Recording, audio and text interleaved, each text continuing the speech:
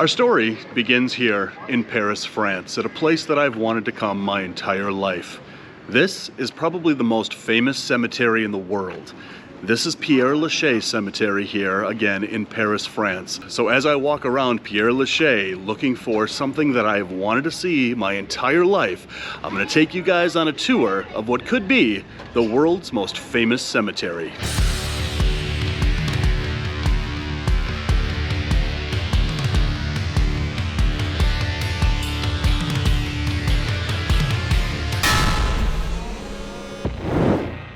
So not only is this the most famous cemetery in the world, it's also one of the most beautiful cemeteries in the world, and there are a lot of famous people, artists, politicians, a lot of famous people from throughout history that are buried here.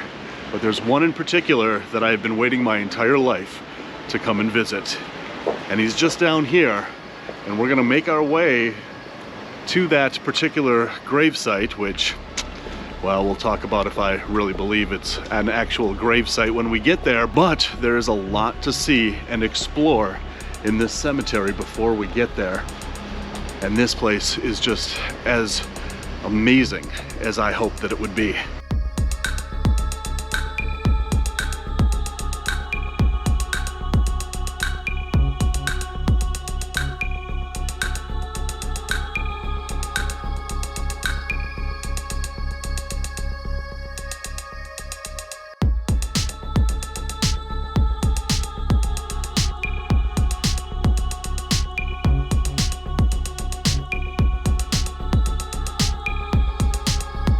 Oh, look at this.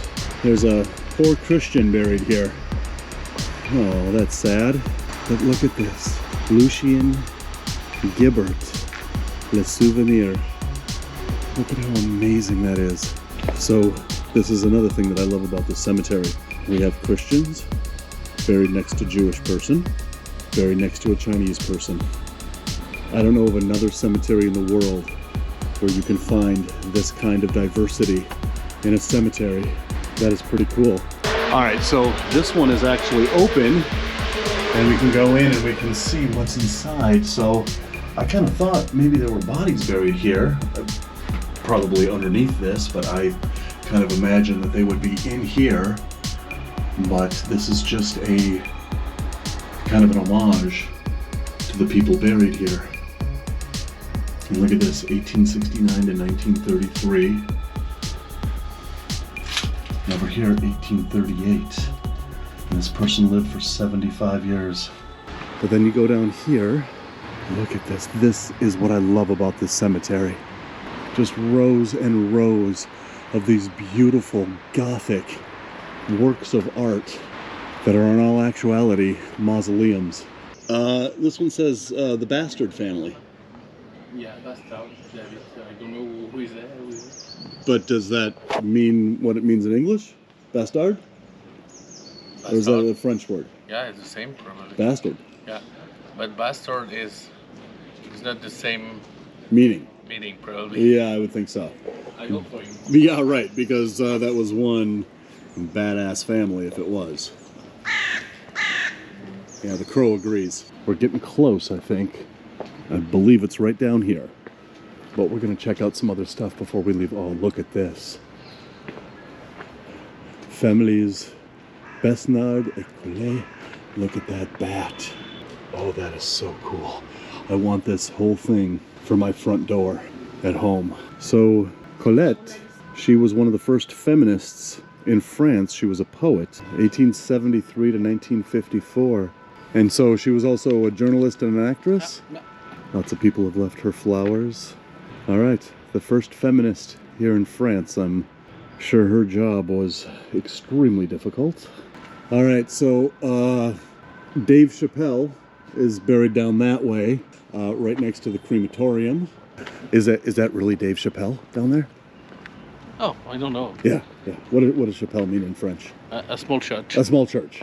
All right. Yeah. So Dave Small Church is actually who that is. Gotcha. Take a look at this. This is the Addams Family tomb. And right in there is Uncle Fester. Is there any there? Wait, what does it say here? I don't read French, but I'm pretty sure that says Uncle Fester and Thing is buried in here. Oh no, it's just Jules Adam. But interestingly enough, Jules Adam died in 1963, which I think is when The Addams Family premiered for the first time on television. I don't know that I'm right, but that would be interesting. So every time I'm in Europe and I come to a cemetery, especially one that has Jewish people like this, I always look at the dates that they were born. Jean-Jacques Robach was born in 1924. He died in 1982, so I wonder if he was a Holocaust survivor. But look at this. Louis Léon, he died on June 28th, 1944. I bet he died in the war. I love reading the dates and wondering about these people's lives and what they saw long before I was ever around, and what kind of lives they led and what they saw in their lives.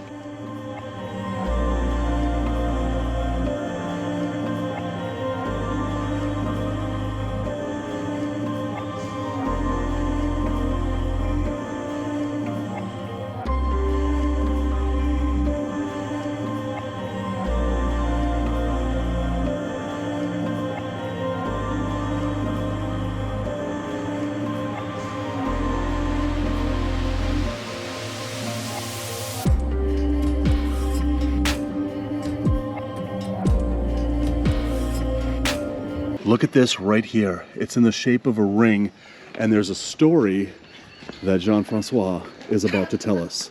What is the story behind that? So it seems that if there's a bracelet hidden in the cemetery, and if you are able to find it, you have to place it in the hole there, and they open something. Like a treasure? Maybe. Really? Does everybody know about this? We don't know. Nobody knows. Nobody knows. I'm the only one. Yeah, because you just made it up. Yeah. Yeah. This one is one of the coolest ones. Look at this design. All right, so Robertson here was into physics and phantasmagory, which basically means that he was maybe a writer of Chris phantasm or stories or strange thing. Yeah, like strange, fantastic, macabre stories. I never started the big balloon that you put in the air. Yeah, hot air balloon. Yeah. And so he was a hot air balloonist as well. Yeah. Look at those two skulls on the side there, and then if you go over to this side, look at this plaque right here. You've got all the skulls and the skeletons on one side, and you've got all the people cowering on the other side, and you've got the skeleton angel blowing the horn. I would love to know the story behind this. That is absolutely amazing. I don't know who Robertson was, but he was born in 1763, died in 1837. I wish I had a time machine to go back and party with this guy. Okay, so here we've just come across this. Suzanne, how do you pronounce her name? Suzanne. So this is Suzanne Garrigus, and you can see that she died just 7 years ago, and she was 21 years old. And what was her story? Probably she was on the Bataclan, and there was someone who came in, a terrorist, and they shot on every people there. So she lost his wife at 21 years old by a terrorist. Yeah. All right, we're getting closer. I think what I've waited my entire life to see is up here. So this one's kind of having a bad day there. Look at this, it's all falling apart. All right, but look at this up here, guys. This one's cracked open. I'm gonna stick the GoPro in there. All right, so the bad part of that is I'm not gonna be able to know what was in there until I edit, so you guys are seeing it just as I'm seeing it.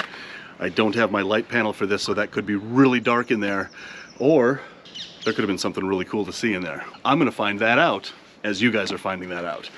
Although I could probably just watch the footage before, you guys, which I won't, I'll wait. But I gotta edit this, so we'll see the footage before you guys. I don't know, I'm very confused. All right, we're moving on. We're getting close. We're getting very, very close. There is what I have spent my entire life waiting to come and visit. James Douglas Morrison, 1943 to 1971. Faithful to his own demon. But look at this. So, for being Jim Morrison's grave, this is kind of in an obscure area, an obscure little corner of the cemetery, and he's just there amongst all the other tombstones. However, His is the only one that is decorated the way that it is. This is beautiful, actually. Even though I don't think he's there. So, literally have waited my entire life to come to Paris to see Jim Morrison's grave. Jim Morrison is more than just the lead singer of the Doors to me. He's more than a rock star to me. It's his poetry. He was a poet. He was one of the most contemporary and underrated American poets in American history.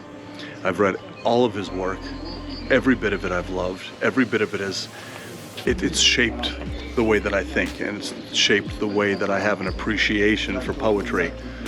So this is more than just a rock star's grave here, and I really want to jump this fence. There's a fence going all around and keeping people from going up to Jim's grave here, and I don't like fences. I don't like rules. I was just about to jump this and go over there, but I'd really go to jail, wouldn't I? Yeah, you probably go to jail. Yeah, there's camera everywhere on the trees and there. Another there. So if I was you, I will probably not do that. But, all right, so I totally jumped that fence. I'm not gonna go to jail over going to see Jim Morrison's grave. There, easy peasy.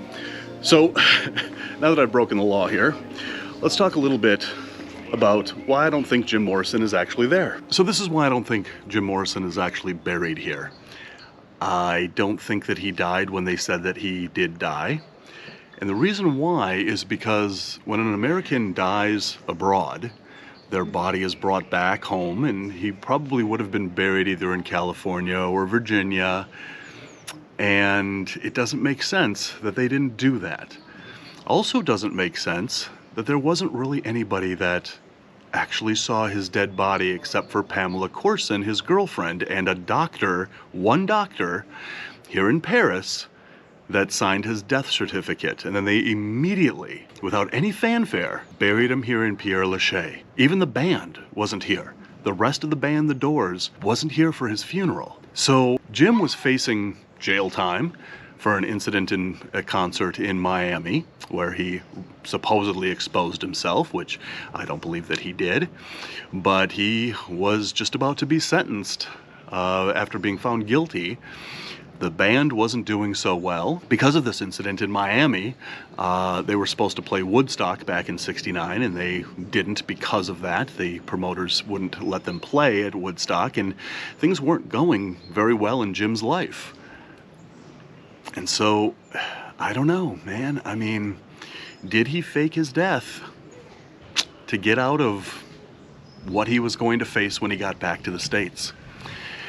It just doesn't seem to me that a rock star, one of the most popular and well-known and beloved rock stars of his time, was just sent here to Père Lachaise without any fanfare after he supposedly died. And there was only a couple of people that saw his dead body, or reportedly saw his dead body. So all my life that I've been reading Jim's poetry and listening to his music and wanting to come to Paris specifically to see his grave, I never believed that he was actually there. So guys, comment below. Let me know what you think. Is Jim Morrison buried just right over there behind me, or did he fake his own death? Comment below and let me know. So guys, this was a lifelong dream of mine to come to Père Lachaise. Like I said, I would rather come here and see this here in Paris than the Eiffel Tower or the Louvre or any of the other tourist things that you can see here in Paris. This cemetery is what I wanted to see the most. So guys, as always, leave a comment below, give this video a like, hit that subscribe button, and until the next strange adventure, embrace your strange and rattle on.